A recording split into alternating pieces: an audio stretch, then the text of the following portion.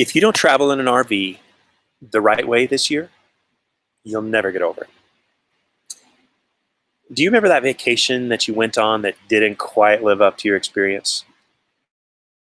You remember the one. I mean, I know it came into your mind right away. So today we're going to talk about the unseen obstacles, the bumps in the road that are going to derail you from your dream vacation or your dream trip in an RV or your dream fill in the blank here, whatever, and how you can fix those things before you even pull out of the driveway. So we've all been there before. You've been there before. You made the financial investment. You did the research. You thought about where to go and what to do. You talked to your friends about it. You did all of the things. And this vacation, the experience still didn't live up to your expectation. Sometimes it made you really sad. But as somebody who tries to be careful about how you spend your money, and there are times that it made you downright angry. And it wasn't the trip that was terrible. It was just not quite right. And it wasn't what you hoped for. It didn't live up to your expectations. So today I'm going to unpack for you how to set your intention for your trip in a way that helps to ensure that you don't come home feeling empty or cheated. It's a simple change, but it is priceless. Now, today I want to hear from you. I want you to tell me about your experience. Maybe it was a vacation, maybe it was a restaurant or a theme park or somewhere else that you went, that the experience that you had for some reason didn't live up to what you had hoped it would. And maybe you came home sad, or maybe you came home angry, or maybe your kids were disappointed in what happened there. But I want to hear what it is that you remember about it, and I want to hear about your experience. Tell me below, please. Now, also, if you would please do me a favor, if you love somebody that's had a bad experience on the road, let them know about this video and I'll send you a little gift. Just tell me that you shared it with somebody and I'll let you know how to save 10% on our favorite water source on the road. When you stay at as many RV parks as we have, you start to realize that all water sources are not the same. If you spend any time looking through the Instagram or Facebook accounts of people that travel on the road, definitely you have seen one of these water sources. And today I'm going to help you get your very own for 10% off. So just share this video and then let me know that you shared it below. So also, if you're interested in the notes from today's video, let me know by dropping the word vacay, V-A-C-A-Y, just like in the crawler below. And I'll be sure to send them out to you when the blog goes live next week. So if we haven't met yet, hello, my name is Jim Miller, and I help families have a clear path to smoothly transition their lives into the RV that's perfect for their family, for your family, so that you can live the dream that you never thought possible, whether it's for 14 days or for 14 months. And I do this through my signature maps method, walking my clients through all the steps that they'll need in order to take their next adventure. Now, I'm used to speaking in front of people, not in front of a camera like this. So I would love to hear your feedback. If I say something that resonates with you, then let me know by dropping a comment or tell me #yes, or just saying something so that I can see it and so that I can experience the feedback along with you. Now, I remember being in college and driving what was honestly my dream car at the time. It was a fire red 1985 Chevrolet Camaro with T-tops. That car was the bomb. It was amazing. I loved it. Until the day that I was driving through the parking lot in college and some guy pulled out in front of me and I smashed into him, totaled the car. It was a sad day. Fortunately for me though, my mom had a friend that owned a used car dealership and hooked me up with the cherry of a deal on another car. And so I was able to go home, and my mom had already taken care of all the stuff for me. And I just picked the car up and she and I drove it home.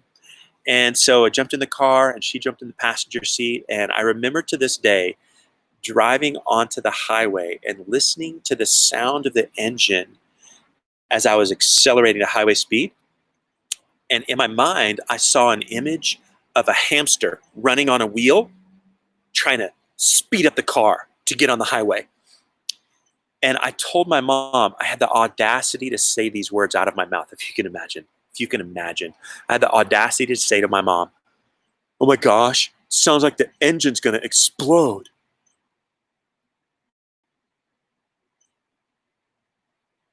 Can you imagine how ungrateful I was? What a jerk. Honestly, what a jerk. So I was clearly not very excited about the new car. Now let's fast forward a couple years. And 2 years later, I was in love with the car. It was a dream for me. Had amazing gas mileage. It was actually pretty quick off the line, which I didn't expect, and I enjoyed. Uh, it was super reliable. Just everything about it worked, except for it wasn't a 1985 fire red, cherry red Camaro. That was the only thing that was wrong with it. And it ended up being a blessing to me and to the next person that I was able to pass it along to. It was a blessing to them as well. And so today we're going to talk about what was wrong with me there and what's wrong with us as we look at our expectations on our trips. It was our expectation, right? I'm here to tell you that not only was it an expectation, there was something else that we could have done differently or better to make it work. So it wasn't just a bad service on the trip that derailed you. It wasn't just bad service or a negative encounter with somebody that sabotaged the day. There's more to it than that. So today, let's take a look at what we can do to make sure that our experience is better. To help us go through it, I want you to look at something called the Serenity Prayer. Let's look at it together, okay? Have you heard of the Serenity Prayer before? I hope that you have. It's really pretty remarkable. And it goes a little something like this. It says, Lord, grant me the serenity to accept the things I cannot change, the courage to change the things I can, and the wisdom to know the difference. So today, we're going to take this poem, this prayer, as a blueprint for approaching our vacation or our time in an RV, or really anything in our life. And it's good advice for whatever we put our hand to. So let's dive in, okay? We're going to divide it into 3 parts because the prayer has 3 parts in it. And let's start off with part number 1. Part number 1 says, Lord, grant me the serenity to accept the things that I cannot change. The serenity to accept the things I cannot change. In other words, help me to see that there are some things that I can't do anything about. I can't control them. Help me to not get detoured by them. I want you, while I'm doing this, I want you to think about different hurdles that you've come across on trips that you've taken or when you've gone on the road or experiences that you've had, some sort of an expectation that you had that there was a detour or a hurdle or a bump, a speed bump in the road that could have caused you a huge issue. Maybe it did, maybe it didn't. So here are a few things. Here are a few things that I'll get your imagination going a little bit. Okay, I want you to think of some that Amy and I sat down and we kind of fired back and forth about some things. And I want you to think through these. But you type yours up while I'm talking to you, okay? Even if you're watching the replay. Okay, maybe a flat tire. Or your refrigerator breaks. Or you have an axle break. Or a leaf spring bracket breaks. Or you hit a tree. Or your slides don't work. Or you run out of electricity. Or your water heater breaks. Or the window flies off your RV, or you have a blowout, which is different from just a flat tire, right? And maybe the spare tire doesn't hold air like ours did. Maybe there's a gas station tire pump that doesn't inflate your spare tire, even though it's supposed to. Maybe the one across the road is actually broken and it doesn't work at all.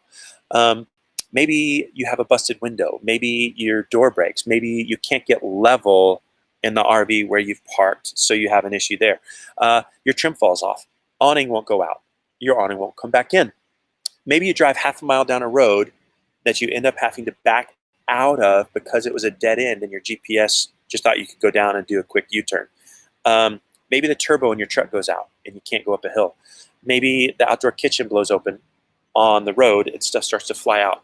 Maybe the battery in your truck dies. Maybe the dual diesel exhaust fluid system in your truck breaks and the temperature sensor in there breaks. Maybe there's something else. And these are just a few of the things that have happened to us in our time on the road. Let me say that again. These are just a few of the things that have happened to the Millers while we've been traveling. Some of them have happened more than once. you can imagine. And we could have, in every one of those instances, packed it up and been done. But we recognize those as part of life on the road. That's what's going to happen. So if we let one of those things ruin our trip, then we would never have a good trip. And the same is true of you and of your trip. And if you allow a few little bumps in the road to ruin your trip, then you should have saved the money and just don't leave.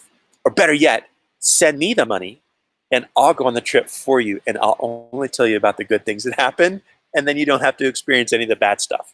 That sounds good. That's a good plan. So before you begin your trip, purpose in your mind that you won't let a setback ruin things for you. So that was step one.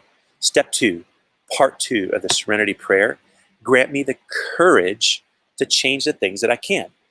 When we look at a trip, there are some things that we can and should control, but there are also some things that we just can't control. It takes wisdom to know the difference between them, and we'll get to the wisdom here in just a minute. But it also takes wisdom and practice to keep from letting the things you can't control from controlling you. Let me say that again. Did you catch that? Okay, I'll say it again. So it takes wisdom and practice to keep from letting the things that you can't control from controlling you. So there are things that you can control, and you should definitely control them. But sometimes it takes courage to even attempt it. And by courage, by definition, courage is hard. It's tough. Really, before we can get into this, though, let's look at step number 3, or part 3 of the prayer, which says, and we need the wisdom to know the difference. The wisdom to know the difference. Let me share with you a 2-part story about how the Lord granted me wisdom. And it wasn't easy, but it was important. So when we started traveling, I wanted to give my kids experiences that I didn't get when I was growing up. It wasn't that I had a bad life growing up. I had an amazing life, actually. But there were some things that I wanted my kids to get that I didn't. And so that was part of my dream when we hit the road. Now, I love spending time in nature. It balances me. It calms me down. It helps me connect with my Creator. But as we would go to these national parks that we would visit, in my mind, I'm thinking, I can't wait to hit the road and start hiking. But we were doing something called the Junior Ranger program with our kids, an amazing program. And so every time we would go to a visitor center, the first thing we would do is we would stop and do this Junior Ranger program. And sometimes it would take a long time. So we might be in there for an hour, or maybe even a couple of occasions for like 2 hours working through this Junior Ranger program. So my kids are trying to find the name of the bug that the ferrets eat in this particular part of the country. And I'm looking at my watch, frustrated that I haven't already hit the trail with them. But then one day, God granted me an experience that imparted a little wisdom.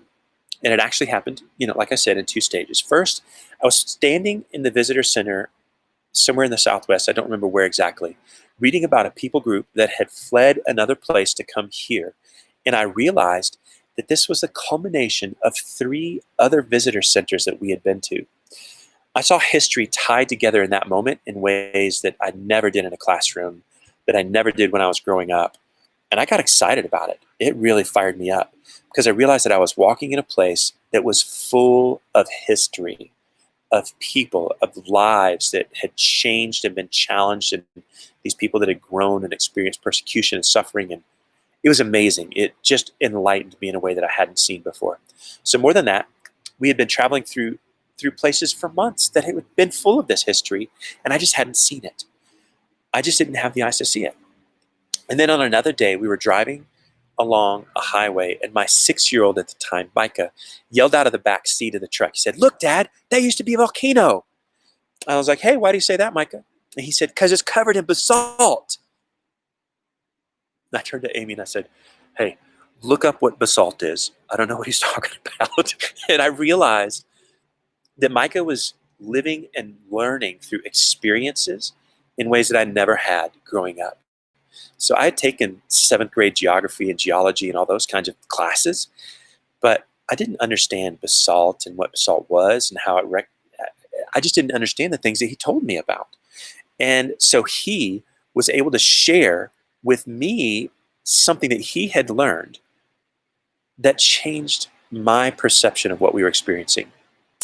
Now, let me take a minute to get on a soapbox, and I want to share something about a thought that I had the other day. So there's a lot of um, there's a lot of thought going on to people trying to kind of fix our history in certain ways and to remove some of the negative aspects of history from behind us. But I just want to encourage people that the negative aspects and the things that have happened in our past that were not positive, that were negative, or that were not things we would want to emulate, are things that we should absolutely be remembering because of a couple things. Let's not forget that these are uh, these are signs, road posts for us that help us to remember that we have been blessed in amazing ways that we don't deserve. And so it helps us to remain humble, but then also it helps us to see the hand of a kind Heavenly Father that works all things for good for us despite our shortcomings. Okay? So when we look at the experience of our lives as we're walking through these things, we can have courage to change the things that make a difference in our lives. I began to recognize that the time that we spent in these visitor centers were having a formative effect in the lives of my kids. And I needed to press into that. And so I could begin to change our experience by my engagement in something that before I had taken as a bump in the road to getting where I wanted to go. So as I'm saying this, I want you to tell me about a time that God changed your trajectory.